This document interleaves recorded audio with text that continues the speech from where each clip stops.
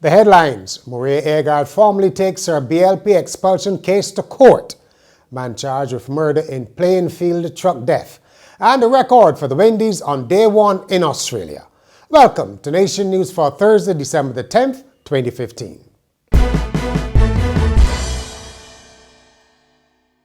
Attorneys for Member of Parliament Maria Agard have formally filed a petition in the law courts to challenge the decision of the National Council of the Barbados Labour Party to expel her.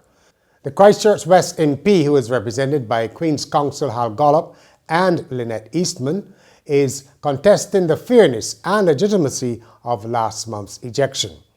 The party council had ignored an ultimatum from Dr. Agard and her attorneys to reinstate her by Wednesday.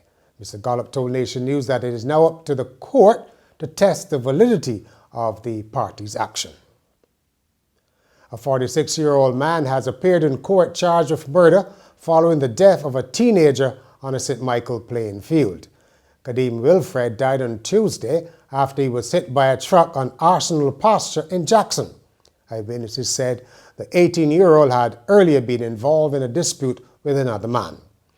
Jarviston Glenford Thorne made his first appearance on the murder charge and was ordered to return to court on January the 7th. A ninth man has been remanded to prison on the murder charge in connection with October's chicken farm murder. Jonathan Ricardo Joshua Lane of Grizetny Road, St. Michael, has been served with his papers in the shooting death of 23-year-old Jamal Worrell at Bleak near Indian Ground. His brother escaped the gunshots. The 20-year-old Lane, who was the subject of a recent police wanted notice, is also facing charges of 2 counts of endangering life and use of a firearm. 135 long-time employees of Williams Industries, the group run by Busy Williams, have been rewarded with a stake in the company. They have received 236,000 shares, conservatively valued at $1.7 million. Speaking during the company's awards ceremony on Wednesday night, Chairman Busy Williams said the ownership of the company is gradually moving from the founders to the workers. Business Minister Donvan Innes said the reward model should be a lesson for other companies in the country. He endorsed the company's call for changes in the renewable energy sector. It can't be just about providing solar photovoltaic systems on your houses and businesses around Barbados. It has to be about Barbadians designing storage systems, getting deep into the engineering aspects of it, providing the different types of applications. We can only build a renewable energy industry in Barbados if we invest in the training of our young people in the field, if we ensure that the regulatory agencies are properly equipped, staff, and otherwise resourced to do what they have to do, and if, of course, we have the buy-in from the public at large. But also of great importance, which is the point I think that Busy and others can also celebrate with, is the fact that we must not see our market as just Barbados. The Secondary Teachers Union says it remains concerned about permanent appointments, even though government says it has appointed hundreds of temporary teachers. Speaking during a meeting of about 100 teachers on Wednesday, Union President Mary Redmond said the matter needs to be resolved since temporary teachers are being denied promotional opportunities, can't access loans, and are paying higher national insurance. We have heard officials from the ministry seemingly very proud of the fact that over 400 persons have recently been appointed.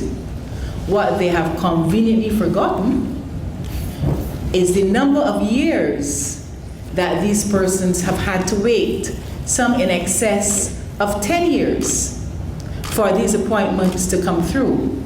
The fact, too, that in many instances, there are too many others still awaiting appointment.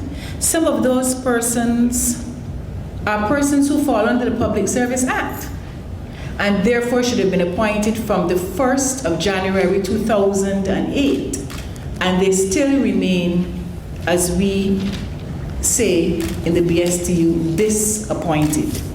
The new majority owners of Banks Holdings have restated their intention to grow the local group's flagship Banks Bear and its other brands. Ambev also says it wants to make Banks Brewery the local hub for its stable of Caribbean beers. The Brazil firm is the 5th biggest brewery in the world and the biggest in Latin America. An honest beach chair vendor has made a visiting couple friends of Barbados for life. 28-year-old Derry Bailey received a trophy from tourism officials on Wednesday for returning a $1,000 pair of prescription sunglasses to English visitors Geraldine and Keith Telling. The presentation took place at the end of the Tourism Week parade through Bridgetown. Mrs. Telling said they forgot the sunglasses on the beach earlier this year, and Mr. Bailey found them and waited over an hour to see if the owners would return. She said they were very impressed. Oh, I think it's wonderful. I think that to actually recognise what he's done through the tourist industry, it's fantastic for you guys, for the younger generation, and for the whole of Barbados. This is a good news story. There were lots of happy faces at 2 Christchurch schools on Wednesday as Santa Claus and his elves arrived bearing gifts. The visits to Christchurch Girls and Miltonlit Primary School, which used to be Christchurch Boys, were part of the Sandals Barbados Christmas Toy Drive, which also included St. Lawrence and Blackman and Gollop. Between 200 and 300 gifts were delivered to each school. In sport, many predicted the tests wouldn't last more than 3 days, and West Indies delivered a performance to match on the opening day of their series in Australia.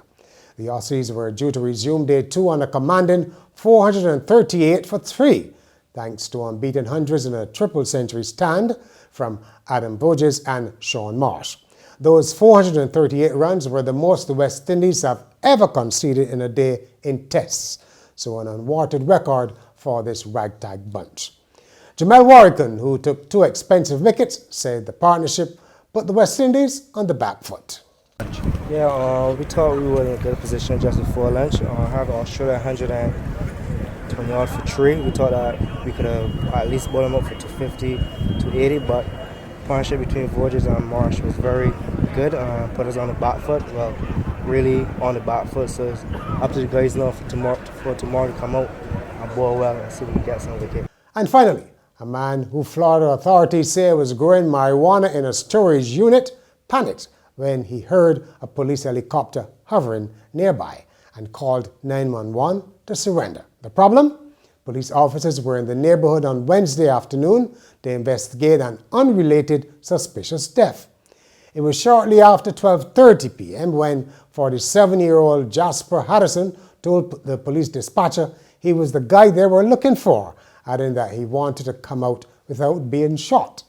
An officer called and got directions to his storage unit. Police found 150 grams of cultivated marijuana and 9 plants inside.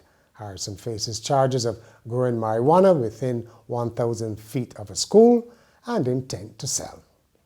And that's Nation News for Thursday. For more news, log on to nationnews.com, as well as YouTube, Facebook, and Twitter. Remember to pick up your Weekend Nation on Friday or subscribe to our e-paper.